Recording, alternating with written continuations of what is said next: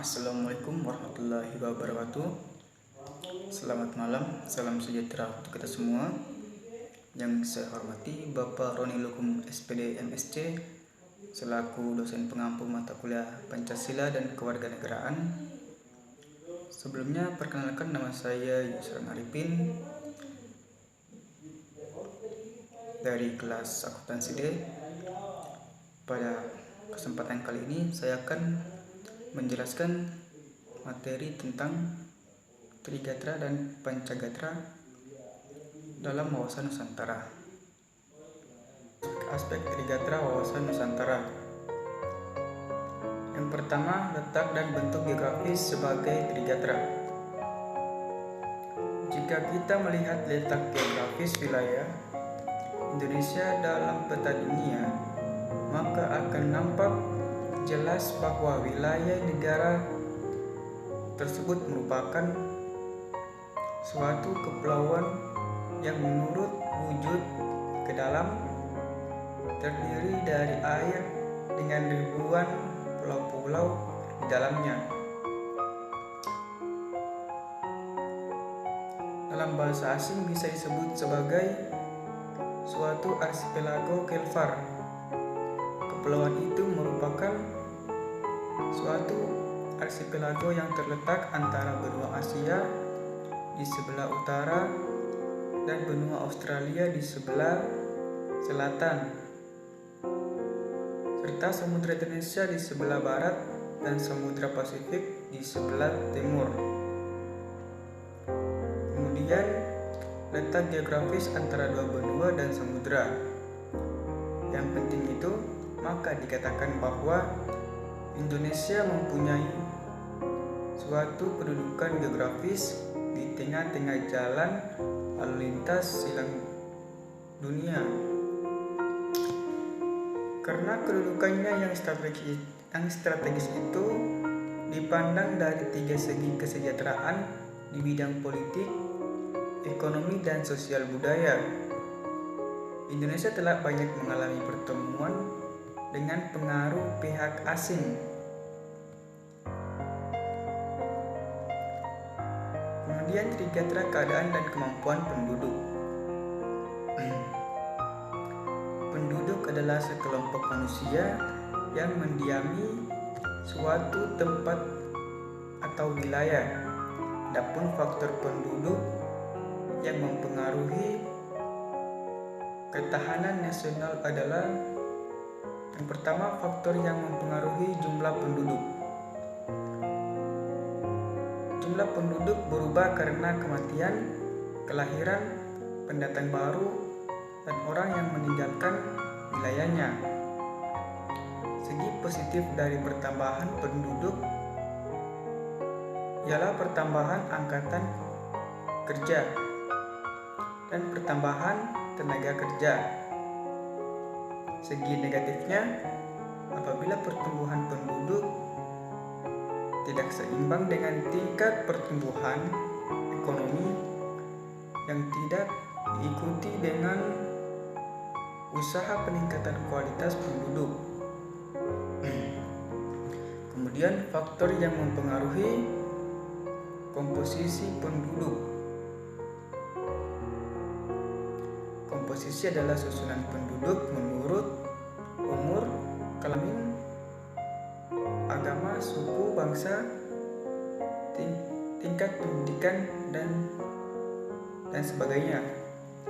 Susunan penduduk itu dipengaruhi oleh mortalitas, fertilitas, dan migrasi.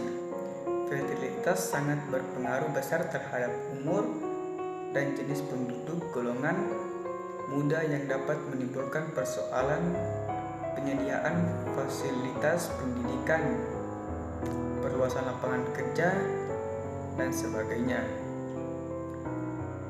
Kemudian faktor yang mempengaruhi distribusi penduduk.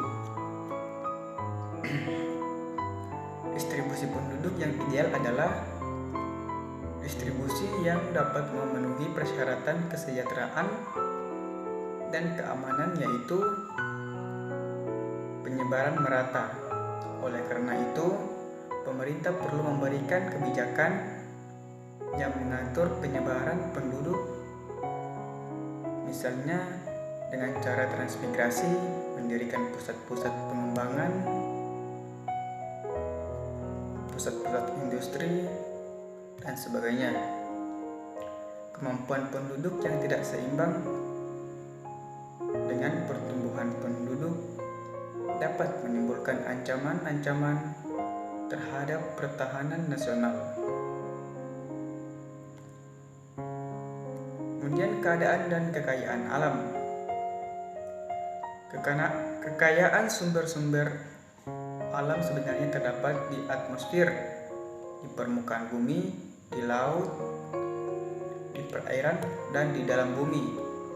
Sumber-sumber sesungguhnya mempunyai arti yang sangat luas, di mana Indonesia terkenal sebagai negara yang mempunyai sumber-sumber alam yang berlimpah ruah. Sumber daya alam harus diolah atau dimanfaatkan dengan berprinsip atau asas maksimal, lestari, dan berdaya saing. Asas maksimal artinya sumber daya alam yang dikelola atau dimanfaatkan harus benar-benar menciptakan kemakmuran dan kesejahteraan rakyat. Asas lestari artinya pengolahan sumber daya alam tidak boleh menimbulkan kerusakan lingkungan, menjaga keseimbangan alam. Kemudian asas berdaya saing. Asas berdaya saing artinya bahwa hasil-hasil sumber daya alam harus bisa bersaing dengan sumber daya alam negara lain. Kemudian membahas tentang aspek-aspek Pancagrata sebagai wawasan Nusantara. Pancagrata adalah aspek-aspek kehidupan nasional yang menyangkut kehidupan dan pergaulan hidup manusia dalam bermasyarakat dan bernegara dengan ikatan-ikatan, aturan-aturan, dan norma-norma tertentu. Hal yang termasuk aspek Pancagrata adalah yang pertama, ideologi sebagai Pancagrata negara Indonesia. Kemudian yang kedua, ideologi suatu negara diartikan sebagai guiding of principles atau prinsip yang dijadikan dasar suatu bangsa. Kemudian ideologi adalah pengetahuan dasar atau cita-cita. Dan ideologi merupakan konsep yang mendalam mengenai kehidupan yang dicita-citakan serta yang ingin diperjuangkan dalam kehidupan nyata. Dalam strategi pembinaan ideologi berikut diantaranya. Yang pertama, ideologi harus diaktualisasikan dalam bidang kenegaraan oleh warga negara Indonesia. Kemudian ideologi sebagai perekat pemersatu harus ditanamkan pada seluruh warga negara Indonesia. Ideologi harus menjadikan panglima, bukan sebaliknya. Aktualisasi ideologi dikembangkan ke arah keterbukaan dan kedinamisan. Ideologi Pancasila mengakui keanekaragaman dalam hidup berbangsa dan dijadikan alat untuk menyejahterakan dan mempersatukan masyarakat. Kalangan elit eksekutif, legislatif, dan yudikatif harus mewujudkan cita-cita bangsa dengan melaksanakan GBHN dengan mengedepankan kepentingan bangsa, menyosialisasikan Pancasila sebagai ideologi humanis, religius, demokratis, nasionalis, dan berkeadilan, menumbuhkan sikap positif terhadap warga negara dengan meningkatkan motivasi untuk mewujudkan cita-cita bangsa.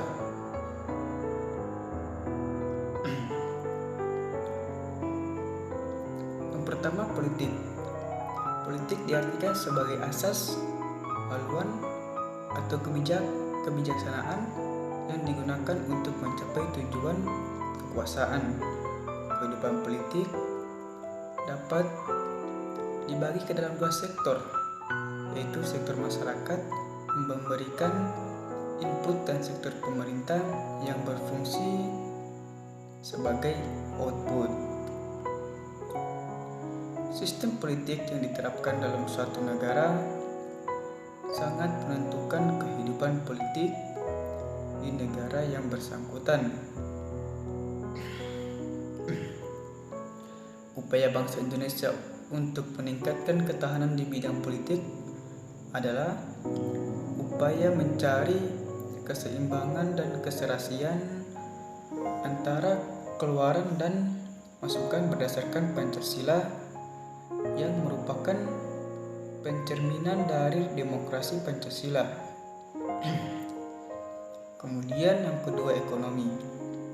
Kegiatan ekonomi adalah seluruh kegiatan pemerintah dan masyarakat dalam mengelola faktor produksi dan distribusi barang dan jasa untuk kesejahteraan rakyat. Upaya meningkatkan ketahanan ekonomi adalah upaya meningkatkan kapasitas produksi dan kelancaran barang dan jasa secara merata ke seluruh wilayah negara. Upaya untuk menciptakan ketahanan ekonomi adalah melalui sistem ekonomi yang diarahkan untuk kemakmuran rakyat.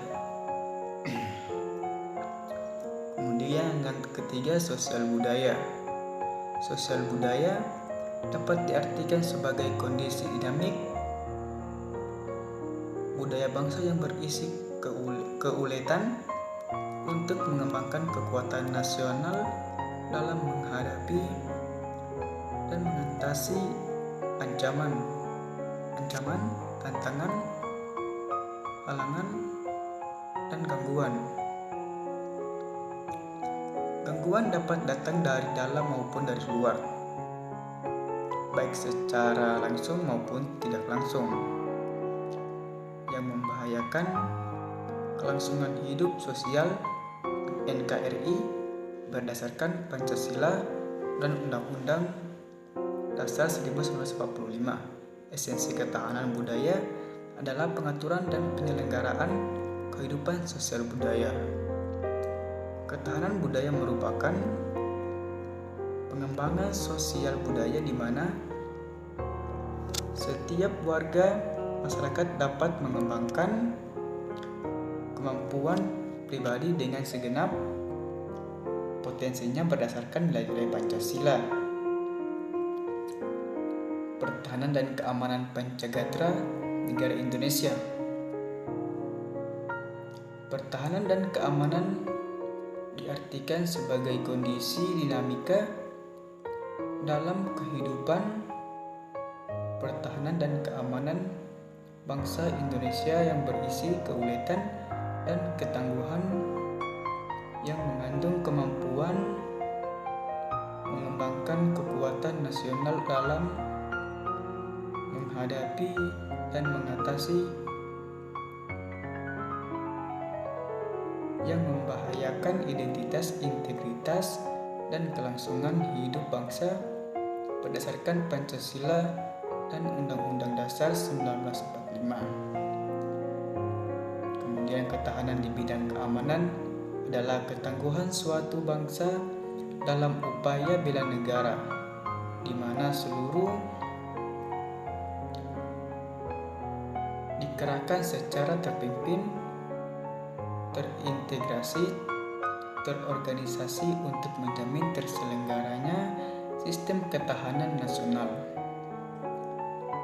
Kemudian prinsip-prinsip sistem ketahanan nasional yaitu bangsa Indonesia cinta damai tetapi lebih cinta kemerdekaan.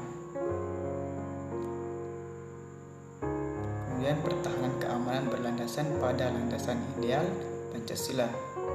landasan konstitusi ONAL Undang-Undang Dasar 1945 dan landasan visional wawasan Nusantara. Pertahanan keamanan negara merupakan upaya terpadu yang melibatkan segenap potensi dan kekuatan nasional. Pertahanan dan keamanan diselenggarakan dengan sistem pertahanan dan keamanan nasional dan sistem pertahanan dan keamanan rakyat semesta. Itulah sebuah penjelasan materi dari saya mengenai Trigatra dan Pancagatra dalam wawasan Nusantara. Lebih dan kurangnya saya mohon maaf.